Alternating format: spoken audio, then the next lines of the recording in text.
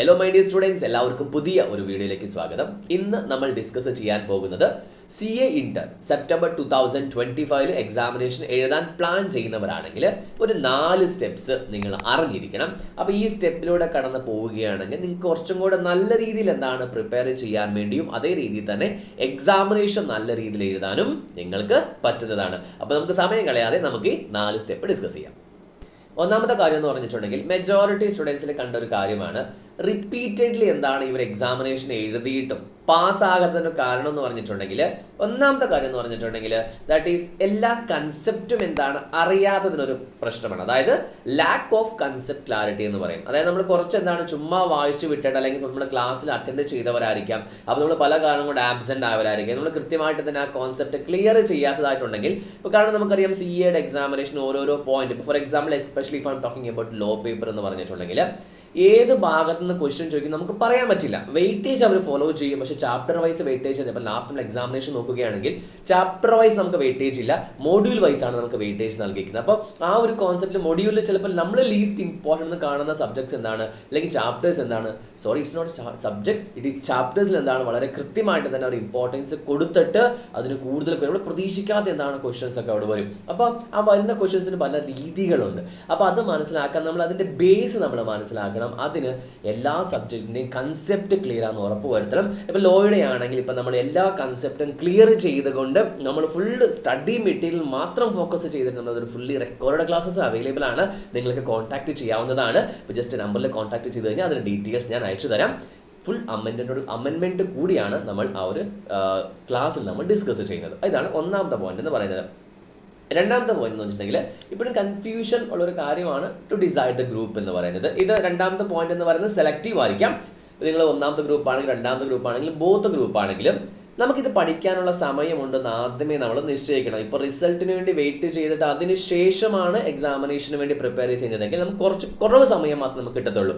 അപ്പോൾ ഇന്ന് തന്നെ ഡിസൈഡ് ചെയ്യുക. അതായത് നമുക്ക് സമയമൊന്നും അവസാനിച്ചിട്ടില്ല, നമ്മൾ ഒന്ന് വെയിറ്റ് ചെയ്യുവാണ്. നെക്സ്റ്റ് ജനുവരി നമുക്ക് അടുത്ത് നമുക്കൊരു ഗ്രൂപ്പ് എഴുതാൻ പറ്റും.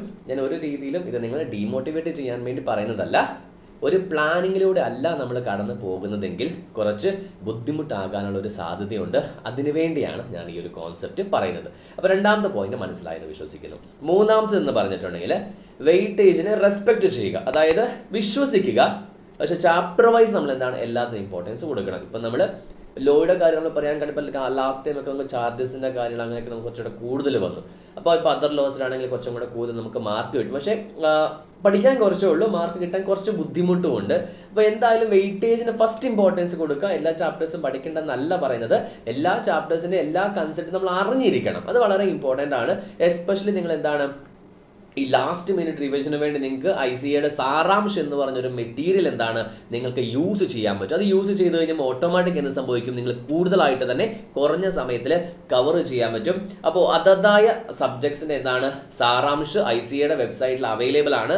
അത് നിങ്ങളൊന്ന് ചെക്ക് ചെയ്യുക, ഡൗൺലോഡ് ചെയ്യുക. പ്രിന്റ് എടുക്കുകയാണെങ്കിൽ പ്രിന്റ് എടുത്ത് പഠിക്കുക, കുഴപ്പമൊന്നും തന്നെ ഇല്ല. നിങ്ങൾക്ക് മൊബൈൽ നോക്കി പഠിക്കാൻ ബുദ്ധിമുട്ടുണ്ടെങ്കിൽ ആ ഒരു കോൺസെപ്റ്റാണ്. നിങ്ങൾ വെയിറ്റേജ് കൊടുത്തിട്ട് തന്നെ പഠിക്കാൻ വേണ്ടി മാക്സിമം നിങ്ങൾ ശ്രമിക്കണം. അപ്പോൾ നമ്മുടെ മെജോറിറ്റി അത് ആദ്യം കൂടുതൽ വെയിറ്റേജ് ഉള്ളത് പഠിച്ചിട്ട് രണ്ടാമത്തെ വെയിറ്റേജ് അങ്ങനെ ഒരു ലെവൽ വെച്ച് മുന്നോട്ട് നിങ്ങൾ പോകാൻ വേണ്ടി ശ്രമിക്കണം. നാലാമത്തെന്ന് പറഞ്ഞിട്ടുണ്ടെങ്കിൽ മേക്ക് യുവർ ഡെയിലി പ്ലാൻ. ഈ ഡെയിലി പ്ലാനിൽ ഒരുപാട് കാര്യങ്ങൾ ശ്രദ്ധിക്കേണ്ടതായിട്ടുണ്ട്. അതായത് ഇപ്പോൾ നമ്മൾ ഗ്രൂപ്പ് ഡിസൈഡ് ചെയ്യുന്ന രണ്ടാമത്തെ പോയിന്റ് പറഞ്ഞ പോലെ തന്നെ അതിൻ്റെ അകത്ത് റിലേറ്റ് ചെയ്ത് നമ്മൾ പറയുന്ന സമയത്ത് എല്ലാ സബ്ജക്ട്സും എല്ലാവർക്കും ഒരേപോലെ ആയിരിക്കില്ല. സബ്ജക്ട്സ് നമുക്ക് മാറിക്കൊണ്ടിരിക്കും. സബ്ജക്ട്സ് മാറുക എന്ന് പറയുമ്പോൾ ഓരോരോ ആൾക്കാർക്ക് സബ്ജക്റ്റിനുള്ള അപ്രോച്ച് മാറിക്കൊണ്ടിരിക്കും. അങ്ങനെയുള്ള സമയത്ത് നമ്മൾ ചെയ്യേണ്ട കാര്യം എന്ന് പറഞ്ഞിട്ടുണ്ടെങ്കിൽ നമ്മുടെ കോർ പേപ്പേഴ്സ് നമ്മൾ ആദ്യമേ ഐഡന്റിഫൈ ചെയ്യുക. ചിലർക്ക് അത് തിയറി ആയിരിക്കാം, ചിലർക്ക് അത് പ്രാക്ടിക്കൽ ആയിരിക്കാം. അത് ഗ്രൂപ്പ് 1 ഗ്രൂപ്പ് 2 വ്യത്യാസങ്ങൾ ഉണ്ടായിരിക്കാം. അപ്പോൾ അങ്ങനെയുള്ള സമയത്ത് നമ്മൾ കോർ പേപ്പേഴ്സ് ഐഡന്റിഫൈ ചെയ്തതിന് ശേഷമാണ് നമ്മൾ ചെയ്യുന്നതെങ്കിൽ ഫസ്റ്റ് നമ്മൾ എല്ലാ പേപ്പറിനും ബേസ് ക്രിയേറ്റ് ചെയ്യുക. ഇപ്പോൾ എല്ലാ പേപ്പറിൻ്റെ ബേസ് എന്ന് പറഞ്ഞാൽ 40% ആണ്. അത് ക്രിയേറ്റ് ചെയ്യുക. അതായത് അത് ഉറപ്പ് വരുത്താൻ വേണ്ടി നിങ്ങൾ എന്ത് വേണമെങ്കിലും ചെയ്യാൻ പറ്റും.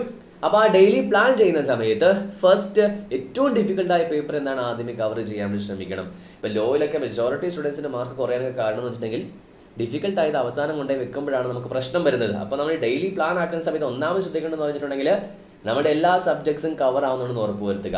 രണ്ടാമത്തെന്ന് പറഞ്ഞിട്ടുണ്ടെങ്കിൽ നമ്മുടെ കോർ പേപ്പേഴ്സും പിന്നെ എല്ലാത്തിനും ബേസ് നമ്മൾ വളരെ കൃത്യമായിട്ട് തന്നെ നമ്മൾ വെക്കുന്നുണ്ടെന്ന് ഉറപ്പ് വരുത്തുക. മൂന്നാമത്തെന്ന് പറഞ്ഞിട്ടുണ്ടെങ്കിൽ ഡെയിലി നമ്മൾ എല്ലാ പേപ്പേഴ്സും കവർ ചെയ്യണം. അതുകൊണ്ട് തന്നെ മാക്സിമം 2 ദിവസത്തിൽ ഒരിക്കലെങ്കിലും ആ സബ്ജക്ട്സിലൂടെ നമ്മൾ എന്താണ് കവർ ചെയ്യണം. അപ്പോൾ ഇങ്ങനത്തെ ഒരു 4ാമത്തെ സ്റ്റെപ്പിൽ 3 സബ് പോയിന്റ്സ് നമ്മൾ ക്രിയേറ്റ് ചെയ്യണം. അപ്പോൾ നമ്മൾ കുറച്ച് കാര്യങ്ങൾ നമ്മൾ ഡിസ്കസ് ചെയ്തല്ലേ. അപ്പോൾ ഇതിൻ്റെ അകത്ത് നിങ്ങൾക്ക് പലതും ഫോളോ ചെയ്യാൻ പറ്റുന്ന കാര്യങ്ങളുണ്ട്. അപ്പോൾ നിങ്ങൾക്ക് നല്ലപോലെ പഠിക്കുക. നിങ്ങൾ എന്തെങ്കിലും ഡൗട്ടോ ക്ലാരിഫിക്കേഷൻസ് ഉണ്ടെങ്കിൽ കമൻറ്റ് ബോക്സിൽ കമൻറ്റ് ചെയ്യുക, അല്ലെങ്കിൽ പേഴ്സണൽ വാട്സപ്പ് അയച്ച് നിങ്ങൾക്ക് ഡൗട്ടോ കാര്യങ്ങൾ എന്ത് വേണം നിങ്ങൾക്ക് ചോദിക്കാൻ പറ്റുന്നതാണ്. അപ്പോൾ ഈ ഒരു ചാനൽ നിങ്ങൾ സബ്സ്ക്രൈബ് ചെയ്യുക. ആദ്യമായിട്ടാണ് നിങ്ങൾ വിസിറ്റ് ചെയ്യുന്നതെങ്കിൽ നിങ്ങളുടെ ഫ്രണ്ട്സ് ആരെങ്കിലും CA ചെയ്യുന്നുണ്ടെങ്കിൽ അവർക്ക് ഇത് അയച്ചു കൊടുക്കുക.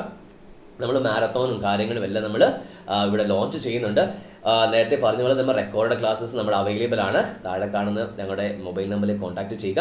ഇൻസ്റ്റാഗ്രാമിൽ നമ്മൾ ഫോളോ ചെയ്യുക. അതിനകത്ത് കുറേ അപ്ഡേറ്റ്സ് നമ്മൾ കൊടുക്കുന്നുണ്ട്. അപ്പോൾ നല്ലപോലെ പഠിക്കുക. All the very best.